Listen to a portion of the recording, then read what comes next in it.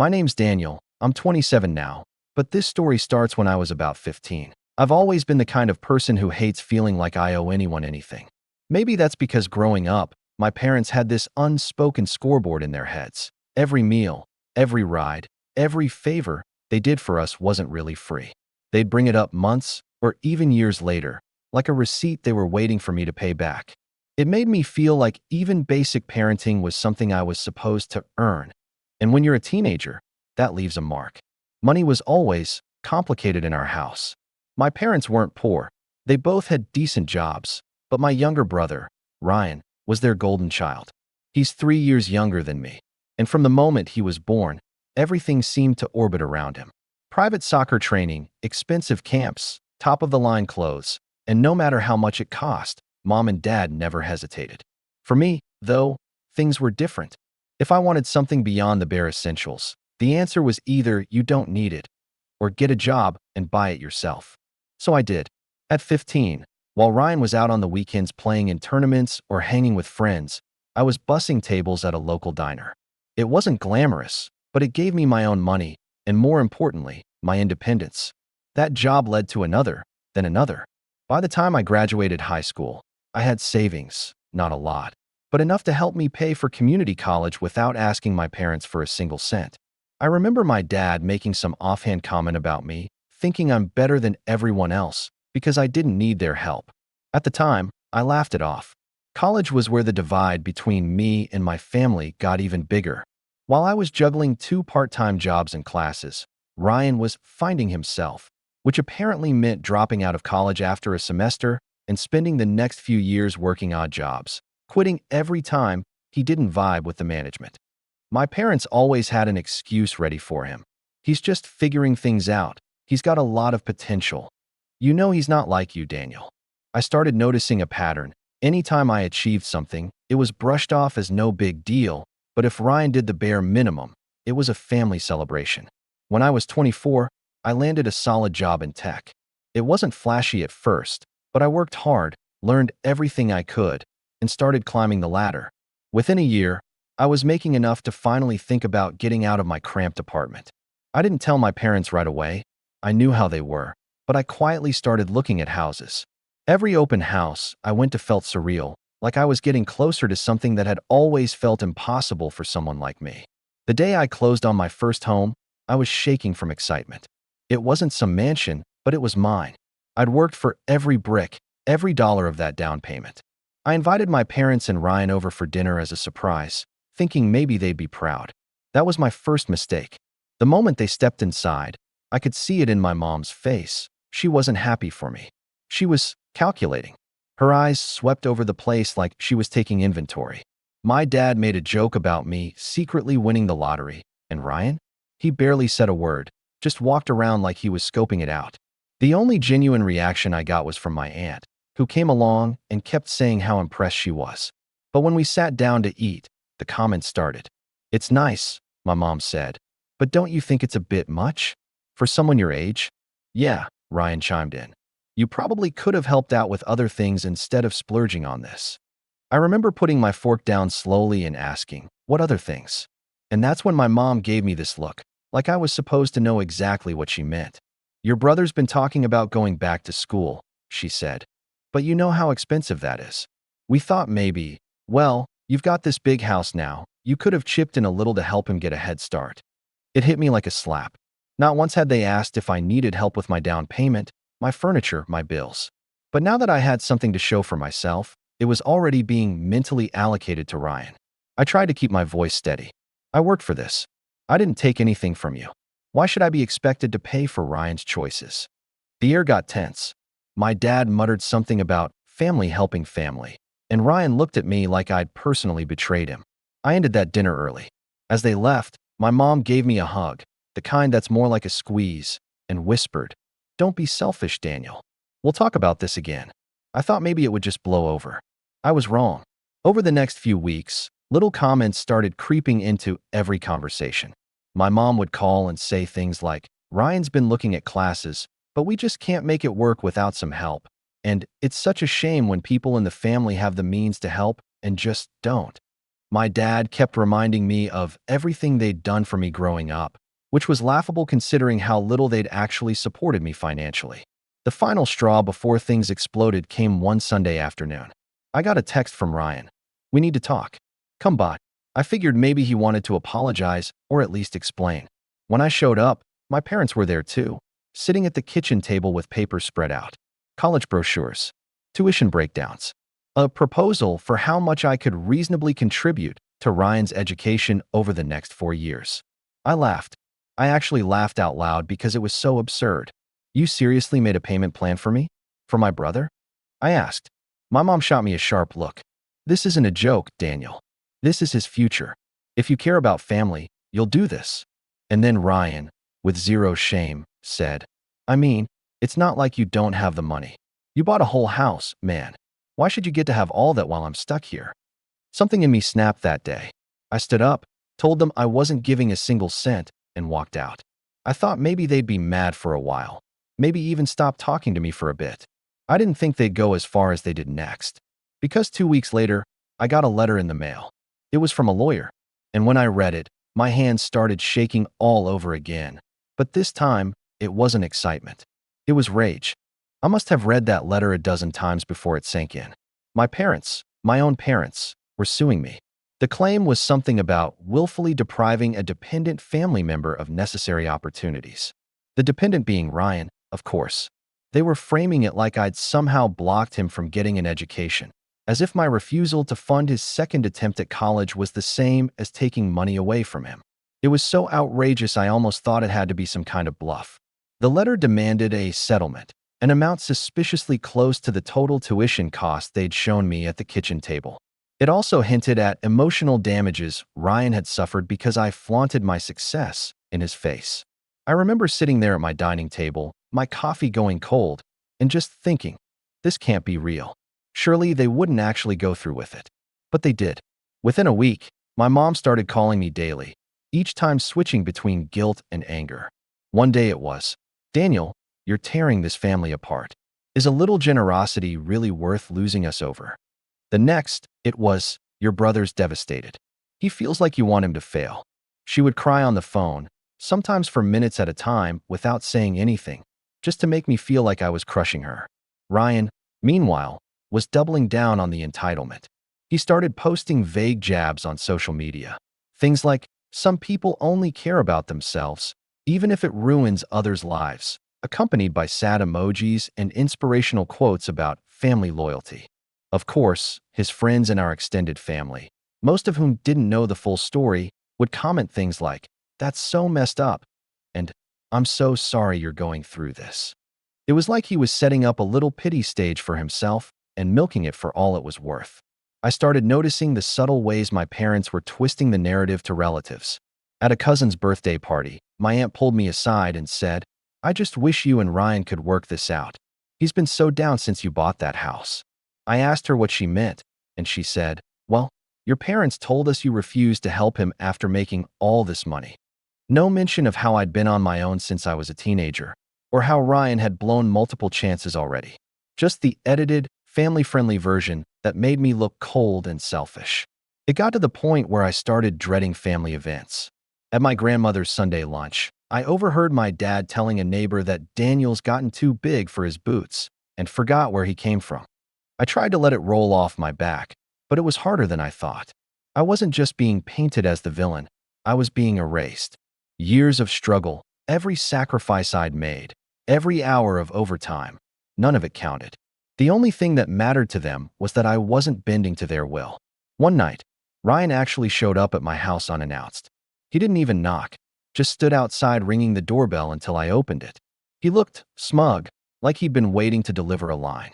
"You know you're gonna lose, right?" he said casually. "Mom and Dad have the lawyer, and the family's on their side. It'll be easier if you just pay up now and save yourself the embarrassment." I couldn't believe the arrogance. I told him to leave, and when he didn't move, I stepped outside and shut the door behind me. We stood there on my front porch, him with that half smirk, me trying to keep my voice level. "You're not entitled to my money, Ryan," I said. "You've had chance after chance, and you've thrown them away. This is on you, not me." That's when he said something that really lodged itself in my brain. You only got here because you had it easier than me. Mom and Dad were harder on me. I deserve a fair shot too. Easier. He actually thought my life had been easier. I stared at him for a long second before saying, "If you think I had it easy, you weren't paying attention." Then I went back inside and locked the door. From that night on, things ramped up even more. My parents stopped calling directly and started going through other people, aunts, uncles, even my grandmother. I'd get voicemails like, "Sweetheart, your mom says this is just a misunderstanding. Maybe if you sent your brother a little something to get started, we could all move on." Or, "Daniel, you know your father's blood pressure isn't good. This stress isn't helping." Every single one was another attempt to wear me down. Meanwhile, the lawsuit was moving forward. I had to hire my own lawyer just to defend myself from my own family. Every document that came through had their names on it. My parents, my brother, in black and white. It didn't matter that it was absurd or that I knew I'd win. The emotional weight of it was crushing. At night, I'd lie in bed and wonder how the same people who were supposed to protect me could turn into this. And then came the moment I realized they weren't just trying to get money from me. They were trying to take something much bigger. It started with a voicemail from my realtor, of all people. She sounded concerned. She said she'd gotten a strange inquiry about my house, asking if it was available for purchase or rental because the current occupant might not be there much longer. She didn't give me a name, but I didn't need one, because there were only 3 people who knew exactly how to hit me where it would hurt the most. I called my realtor back immediately, and she confirmed what I already suspected. The inquiry hadn't come from some random stranger. It had been my mother. She had actually called my realtor, pretending to be a friend of the family, and asked about my house as if she was just curious. But my realtor, sensing something odd, pressed her a bit and found out that my mom had hinted I might not be able to keep the property much longer, and that it would be a shame if it went to waste when another family member could use it. My chest tightened. Another family member? There was no mistaking who she meant. They weren't just trying to get money out of me. They were setting the stage to take my house. I sat there at my kitchen table, phone in hand, staring out the window for what felt like hours. This wasn't just about favoritism anymore. This wasn't just Ryan being entitled or my parents guilt-tripping me. This was a deliberate move to undermine everything I'd worked for. The place I had fought to buy, the one symbol of independence I had from them. They were already circling it like vultures. The more I thought about it, the more the pieces started clicking into place. That first dinner when I invited them over, the way my mom's eyes had scanned the place, the comment about it being a bit much for someone my age, Ryan's digs about me having all that while he's stuck here. It had all been leading up to this. The lawsuit wasn't just about tuition. If they could paint me as someone who unfairly deprived Ryan, they could spin it into some legal leverage over my assets, my house. And then the real gut punch came. I got an email from my lawyer forwarding a newly filed amendment in their case. It claimed that part of the reason they were seeking damages was because the defendant's current living situation was acquired through funds that could have been allocated to support the plaintiff's education and career development. In other words, they were trying to argue that my house itself was evidence of my selfishness and misallocation of resources. They weren't just hinting at it now, they were putting it in legal writing. That night, I called my mom. I didn't even plan what I was going to say. I just needed to hear her voice and understand how she could possibly justify this. She picked up after a few rings, and her voice was sickly sweet, like nothing was wrong. "Daniel, I was just telling your aunt how proud I am of you." "Cut it, Mom," I said, my voice shaking. "Why did you call my realtor?" There was a pause. Then, without missing a beat, she sighed. "I was just looking out for the family. If things don't go your way in court, it would be better if the house stayed with someone in the family instead of strangers. You know Ryan would take good care of it." I felt my jaw clench. "You're planning for me to lose my home before the case is even over? You've already decided I'm guilty." "It's not about guilt, Daniel. It's about doing what's right for your brother. He's been through so much." "So much?" I cut in. "He's had every opportunity handed to him while I've been on my own since I was a teenager. I worked for this house. You never helped me, not once. And now you think you can just take it?" Her tone shifted, sharper now. "Don't be dramatic. You wouldn't be where you are without how we raised you. We made sacrifices too. This is your chance to give back." Give back. That phrase hit me like a brick. It was the same thing she'd said when I was 16 and refused to hand over half my paycheck to help with household expenses while Ryan got to spend his allowance on video games. It was the same phrase she'd used when I declined to co-sign a car loan for him at 21. To her, my success wasn't mine. It was a debt I owed them, one they could collect on whenever they wanted. I hung up without saying another word. My hands were shaking so badly, I almost dropped the phone. It wasn't just anger anymore. It was something deeper, something that made my stomach twist. A mix of betrayal and clarity. Because in that moment, I finally understood. They were never going to stop. It didn't matter how much I explained, how much I showed them that I'd built my life without their help. In their minds, Ryan's failures were my responsibility to fix, and anything I had was fair game. The only justice they believed in was one where Ryan came out on top, even if it meant tearing me down to nothing. The next week, things got worse. I found out from a mutual friend that Ryan had been bragging to a couple of his buddies that the house would be his soon. One of them apparently asked if I was selling, and Ryan had smirked and said, "Not exactly. Let's just say Mom and Dad are handling it." Hearing that broke something in me. I'd spent years swallowing little jabs, letting them chip away at my achievements because I didn't want to cause waves. But now they were trying to strip me of the one thing that symbolized all those years of grinding, all those nights I'd gone without so I could save for a future no one else believed in.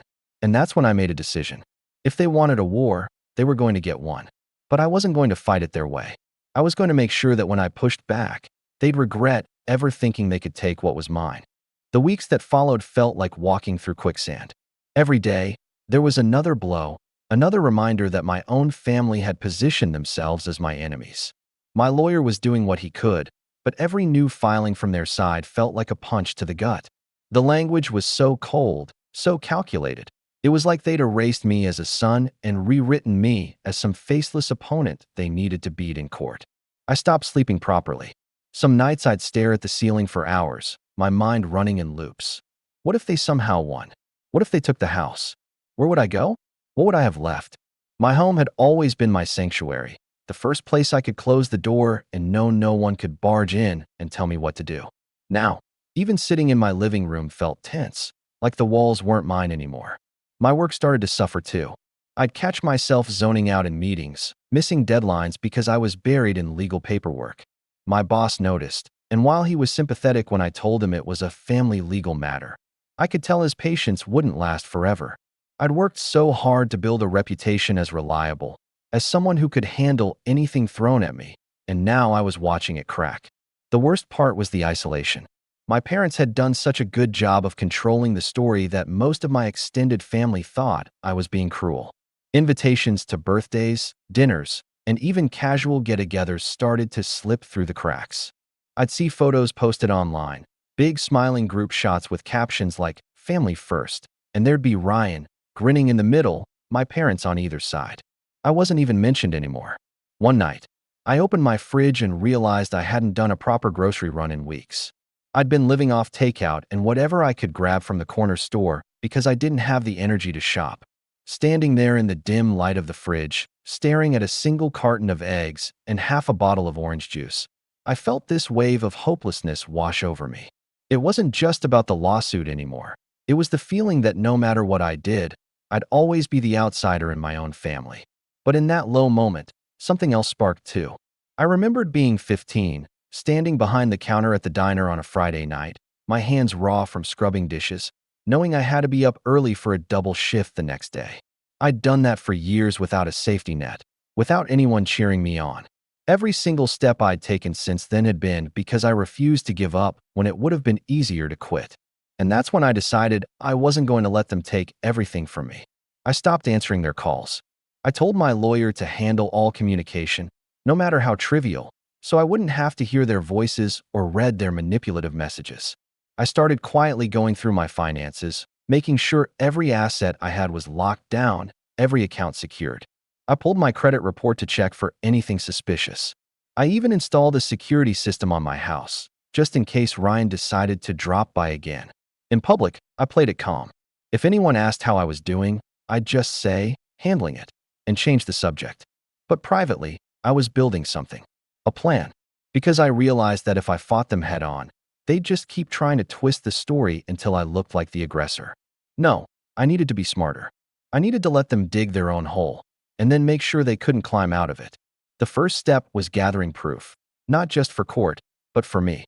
Proof of every manipulative call, every backhanded comment, every time they tried to undermine me. If I was going to fight back, I wanted it all in black and white. Still, I kept my head down. Outwardly, it looked like they'd beaten me down into silence.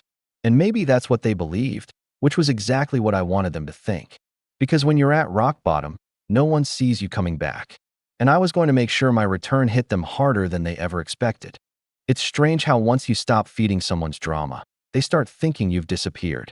My parents and Ryan seemed to take my silence as proof that they were winning. In reality, it gave me the space I needed to rebuild, not just my defenses, but my life. The first change came at work. My boss called me into his office one afternoon, and I braced myself for bad news. Instead, he closed the door and said, "Look, I don't know what's going on in your personal life, but I know you're good at what you do. If you can focus, I'm willing to put you on a project that could lead to a promotion." It was like someone had cracked a window in a stuffy room, a rush of fresh air. I threw myself into that project. Long hours, meticulous planning, going the extra mile. I wasn't just trying to prove myself to my boss. I was reminding myself what I was capable of. And it worked. The project was a success, and a few weeks later, I was offered the promotion. Along with it came a significant pay bump, enough that my financial cushion grew thicker, my savings healthier. It didn't erase the stress of the lawsuit, but it made me feel secure again. Meanwhile, my lawyer was quietly picking apart their case. He'd managed to get records of Ryan's past employment history, his previous failed college attempts, even messages where my parents admitted they'd spoiled him too much. Each piece was another thread in the fabric of their hypocrisy. I didn't gloat, not yet. I just filed it all away, letting it pile up. Outside of work, I started focusing on myself again. I rejoined the gym I'd quit months ago, partly to clear my head and partly to remind myself that my body didn't have to carry the weight of all this stress. I started cooking real meals again. Nothing fancy, but there was something therapeutic about chopping vegetables and actually sitting down to eat. I also began reconnecting with people I'd drifted from. Not the family members who'd bought into my parents' version of events. I left them to their group photos and fake smiles. But old friends, co-workers I trusted, people who knew me without the filter of my family's gossip. Little by little, I rebuilt a circle around me that wasn't poisoned by their manipulation. And then, something unexpected happened. I was invited to speak at a local networking event for young professionals. Someone had seen the results of my project at work and thought my career path was inspiring. Standing on that stage, telling my story, the professional one, not the messy personal parts, I realized I wasn't the powerless kid bussing tables anymore. I had built something. And no matter what my family thought they could take from me, they couldn't take that. With every win, big or small, I felt the balance shifting. My parents still had their lawsuit, but outside of that courtroom, their control over me was slipping. They couldn't guilt me into calls I wouldn't answer, couldn't twist my words if I didn't give them any. They had to go through lawyers for everything now, which meant no more surprise ambushes at my front door or accidental run-ins at family gatherings. The best part? While they were busy burning bridges with me, they were also wearing down their own credibility. A mutual acquaintance let slip that some relatives were starting to question why my parents were dragging me through court instead of helping Ryan get his life together. Apparently, Ryan had been bragging so openly about getting the house that even people on their side were starting to see how bad it looked. That was when I knew I wasn't just surviving anymore. I was gaining ground. My career was stronger, my finances were secure, and I had allies who saw through the lies. I was in a position now where I didn't have to react to their moves. I could plan my own. And as much as I wanted to strike back right away, I forced myself to wait. Because timing, I realized, was everything. Let them think I was just living my life, moving on. Let them keep underestimating me. Because the next time I made a move, it wouldn't just protect what was mine. The turning point came on a Tuesday afternoon, of all days. I was leaving a client meeting when my phone buzzed with an email from my lawyer. The subject line read, "Discovery request, opposing counsel error."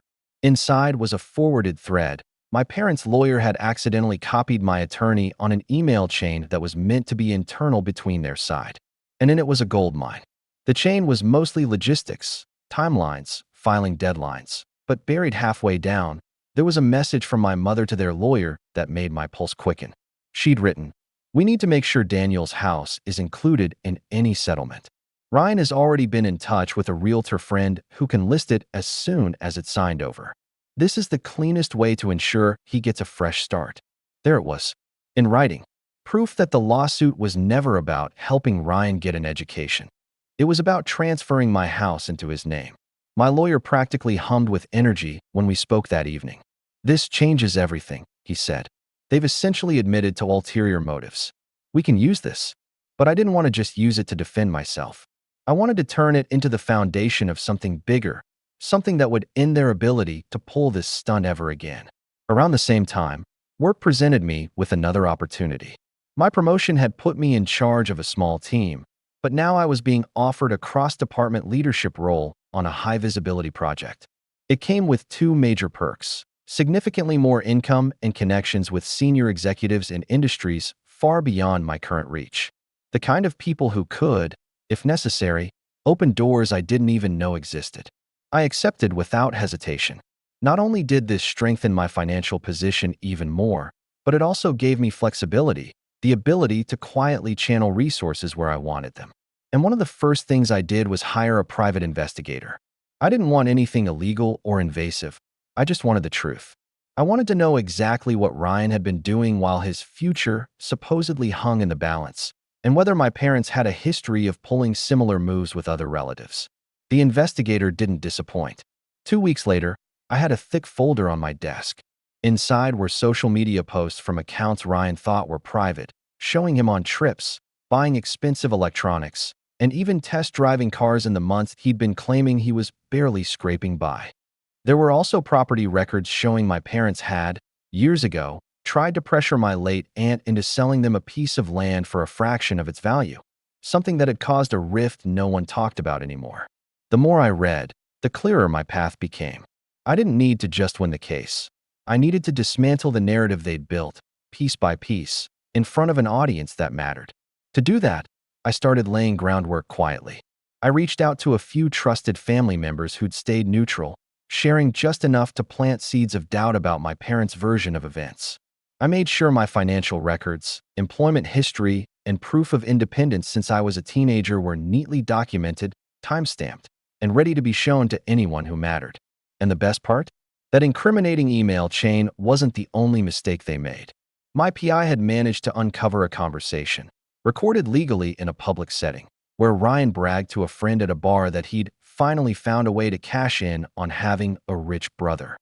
The friend had laughed, asking if I'd agreed to it, and Ryan replied, "Nah, man. Mom and Dad are making it happen. Once it's mine, I'll sell the place and be set for years." I listened to that recording 3 times in a row, each time feeling the same cold clarity settle in. They thought they were closing in, but in reality, they'd already handed me the tools to break them wide open. All I had to do now was choose the perfect moment to pull the pin. I waited, not out of hesitation, but because I knew the most devastating strike wasn't a loud, angry blow. It was a quiet, precise one.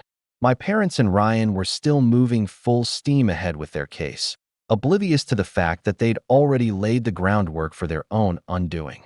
The court date was approaching, and with it came the pretrial conference, the meeting where both sides would lay out their strongest positions to gauge whether a settlement was possible. That was my stage. When we walked into the conference room, my parents were there with Ryan sitting smugly between them. My mother gave me that self-satisfied smile she used when she thought she had the upper hand. My dad avoided my eyes, a silent show of mock disappointment. Ryan, of course, leaned back in his chair like he was already signing the deed to my house. The mediator began with pleasantries, then asked my lawyer to speak first. We'd agreed beforehand. No emotion, no long speeches. Just facts. My lawyer slid a thin binder across the table to their side. "This," he said, "is the complete documentation of my client's financial independence since age 15, employment records, tax returns, proof of tuition payments, and property purchase receipts." You'll note not a single cent came from his parents at any point. Ryan snorted quietly, but my lawyer didn't pause. He flipped the binder open to a flagged page. "And here," he said evenly, "is an email from the plaintiffs, in their own words, confirming that this lawsuit's primary goal is to obtain the defendant's home for transfer to another party. My mother's face drained of color so fast, it was almost comical. My dad's lips pressed into a thin line. Ryan sat forward, trying to read the page, his confidence wobbling. And lastly, my lawyer said, pressing a button on his laptop, a short audio clip. Ryan's voice filled the room. Nah, man. Mom and Dad are making it happen. Once it's mine, I'll sell the place and be set for years. Silence. You could hear the ticking of the wall clock. My lawyer let it hang for a good 5 seconds before saying, given these facts, we believe the court will not only dismiss the case, but will find grounds for filing a countersuit for damages, including legal fees and reputational harm. The mediator cleared his throat and looked at their lawyer. Do you wish to respond? Their lawyer's face was tight, his jaw working like he was chewing on nails.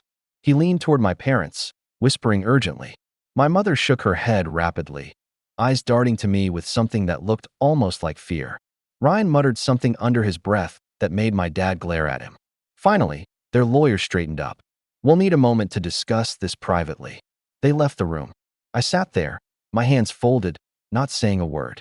Inside, I felt that strange, satisfying calm that comes when you know the fight is already over.